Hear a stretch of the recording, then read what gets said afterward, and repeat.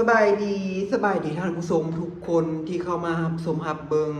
คลิปของเขียวเนาะฝากทุกคนกดไลค์กด Subscribe ให้เขียวเด้อทุกคนเด้อคือตอนนี้ทุกคนบริษัทโคแม็กนะก็คือเป็นบริษัทการบินแห่งชาติจีนเนาะของรัฐบาลจีนนั่นแหละนะทุกคนเนาะที่จะมาขอถือหุ้นบริษัทการบินลาวของประเทศลาวเนาะขอถือหุ้นอยู่ที่ 51% การถือหุ้น 51% นี้ถือว่ายังขัดต่อระเบียบกฎหมายของประเทศลาวอยู่เนาะทุกคนเพราะว่าประเทศลาวนี่บริษัทต่างชาติหรือว่าเอกชนเนาะที่จะมาขอถือหุ้นบริษัทในประเทศลาวต้องอยู่ที่นะครับอยู่ที่ 49% เนาะต้องบ่ให้เกินนี้แต่ถ้าเกินก็คือผิดระเบียบกฎหมายของประเทศลาวเนาะแต่ว่าการเสนอขอถือหุ้นของบริษัทโคแม็กของจีนในเทื่อนี้เนาะก็คือจะถือหุ้นอยู่ที่ 51%ขอถือหุ้นอยู่ที่ 51% แล้วก็จิขอ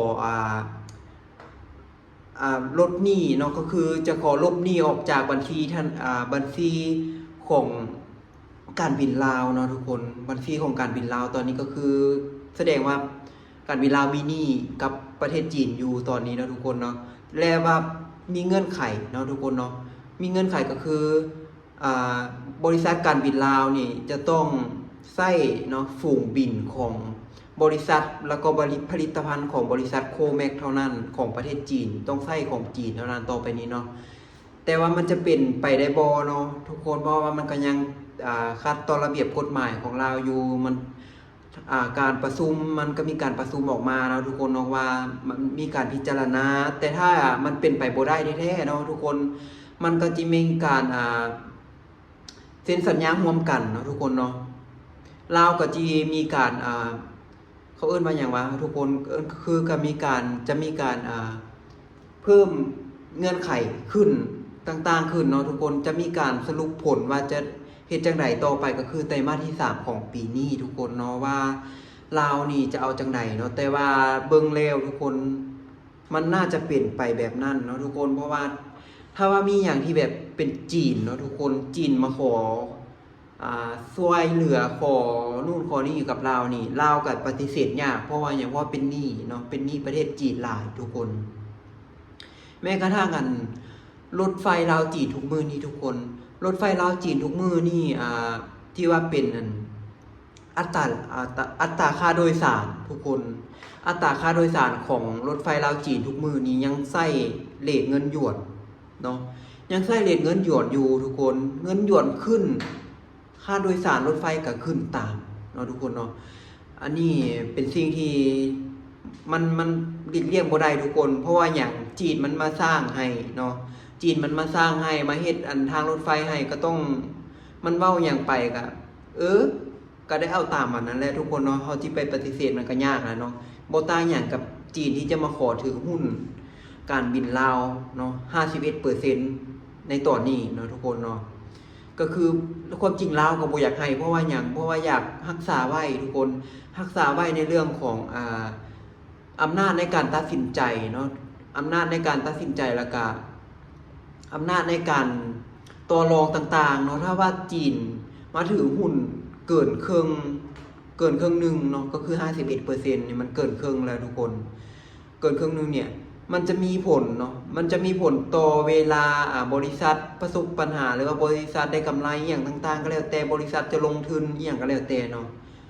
คนลาวบริษัทที่ว่าเป็นคนลาวขนาดจะมีอำนาจในการตัดสินใจหันหน่อยทุกคนเนาะถ้าว่าจีนเว้าอย่างขึ้นมาก็ค่อนข้างจะไปทางประเทศจีนทางคนจีนหลายกว่าเนาะทุกคนก็เชื่อว่าทุกอย่างอยู่ในประเทศลาวเนาะทรัพย์สินอย่างของภาครัฐอีกของลาวเนาะทุกคนทุกมื้อนี้แทบว่าจะเป็นจีนครอบครองเบิดทุกอย่างจีนควบคุมเนาะแต่สำหรับคนลาวแท้ๆนะทุกคนลาวบางคนมาอยู่ไทยโดนเนาะก็ปกติคนลาวก็เสพสื่อไทยอยู่แล้วทุกคนเสพสื่อไทยซ้ำบ่นำเนาะมาอยู่ประเทศไทยก็แห้งสิตื่มไปเนาะทุกคนก็บางคนนี่มาอยู่ไทยก็อยู่ฮู้แต่เกี่ยวกับประเทศไทยก็บ่ฮู้เรื่องประเทศลาวบ่ฮู้จากประเทศตัวเองว่าเกิดหยังขึ้นอยู่บ้านตัวเองเนาะสำหรับอันนี้เขียวก็ยังบอกว่าให้กลับไปเบิ่งประเทศตัวเองก่อนเนาะทุกคนคนลาวที่แบบ มาอยู่ไทยโดนเนาะอยากให้ไปเบิ่งประเทศตัวเองได้ว่าเป็นจังไดเนาะคือตอนนี้แทบว่าจะทุกที่ทุกหม่องของประเทศลาวนี่มีภาษาจีนเต็มไปเบิดเนาะทุกคนมีภาษาจีนเต็มไปเบิดคนจีนคนเวียดอยู่ประเทศลาวมาค้าขายมาทำธุรกิจอยู่ประเทศลาวหลายเนาะมาเฮ็ดธุรกิจต่างๆ อยู่ประเทศลาวนี่แทบว่าจะทุกหม่องทุกบอนเนาะโดยเฉพาะในนครหลวงเวียงจันทน์ทุกคนคือจีนมันก็ลงทุนส่วนหลายมันจะเป็นไฟฟ้าแหละเนาะทุกคนบ่แฮไฟฟ้าบ่แฮแล้วก็เกี่ยวกับการขายอุปกรณ์ไฟฟ้าอีหยังต่างๆเนาะตั้งห้างขายเครื่องขายของใช้ชีวิตประจำวันเนาะมันก็เอาของมันอะไรมาขายเนาะเอาของจีนเนี่ยมาขายเนาะแต่ว่าของจีนก็บ่แม่นของว่าของบ่ดีเลยทุกคนเป็นของมีคุณภาพ เป็นของที่ดีเนาะทุกมื้อนี้บ่แม่นว่าของบ่คือแต่ก่อนเนาะเป็นแต่ก่อนนี่คือคนลาวอาจจะยังนิยมใช้ของไทยหรือว่าของประเทศอื่นอยู่ แต่ถ้าเป็นซุมื้อนี้จีนมันก็พัฒนาเนาะมันก็บ่ได้ล้าหลังอีหยังหลายเนาะทุกคนมันก็พัฒนามาเทียบเท่าของสินค้าประเทศอื่นแล้วเนาะทุกคน การเข้ามา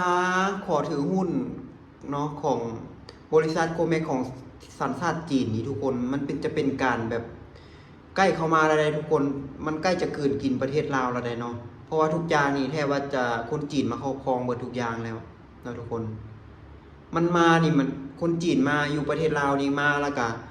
เอาแรงงานจีนเนาะเอาคนที่มีความรู้วิศวกรอหย่างต่างๆนี่